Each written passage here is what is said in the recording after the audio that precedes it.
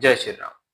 Mean राशि के जातकों, साप्ताहिक राशिफल 29 मार्च से लेकर 4 अप्रैल तक कैसा रहने वाला है आपके जीवन में, आइए इसको जानते हैं गोचर के ग्रहों के आधार पर, जिसमें विशेष रूप की जो भूमिका निभाते हैं वो चंद्रमा निभाते हैं। ये चंद्रमा हर सवा 2 दिन में राशि बदल देते हैं। आइए सबसे पहले हम देखें कि चंद्रमा आपकी राशि से छठे घर में गोचर करते हैं।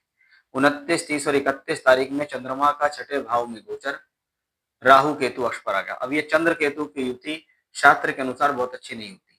टेंशन देती है, तनाव देती है, खिन्नता देती है, अवसाद देती है, स्ट्रेस देती है, अकारण डर देती है, अकारण चिंताएं देती है, आपको व्यर्थ का सोचने पे मजबूर कर सकती है। 5वें घर के स्वामी चंद्रमा है, छठे घर में गोचर करेंगे, इसलिए इस दौरान अपनी एजुकेशन का ध्यान रखें, अपने डिसीजंस पर ध्यान रखें, अपने लव लाइफ का ध्यान रखें।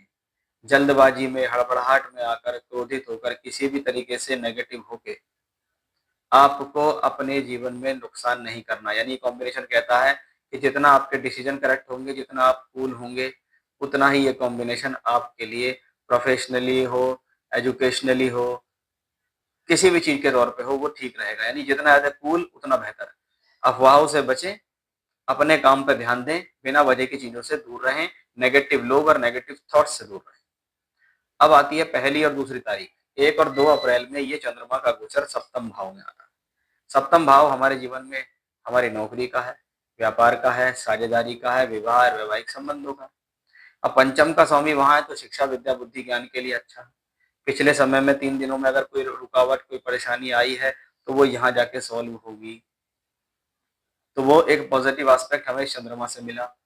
चाहे शिक्षा हो, चाहे प्रेम संबंध हो, नौकरी हो, व्यापार हो, वैवाहिक संबंध हो, कुछ भी हो, वो इस दौरान सॉल्व होते हमें दिखाई दे।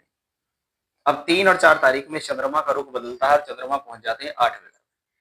पंचम का स्वामी अष्टम में हो तो ये फिर से इसी बात को कहता है, अपने ही डिसीजन से लॉस होगा।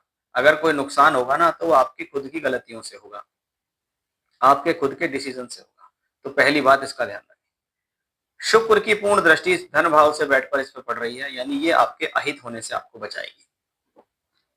बृहस्पति की दृष्टि, बृहस्पति राशि के भी मालिक है, कर्म के भी मालिक है। इसको कहते हैं प्रोफेशनल लाइफ में एक गेन देने का योग। भले ही वो 8वें घर में है, लेकिन वो गुरु की दृष्टि से इस बात की पुष्टि हो रही है कि भैया प्रयास है तो सफलता है। प्रयास करना छोड़ दोगे, हताश हो जाओगे, पीछे हट जाओगे, नेगेटिव हो जाओगे तो मैं लाभ नहीं दूंगा। लेकिन प्रयास होंगे, कोशिश होगी तो ये गुरु शुक्र की दृष्टि आपको कठिन से कठिन समस्याओं से भी बाहर निकाल कर लाएगी। जय श्री राम।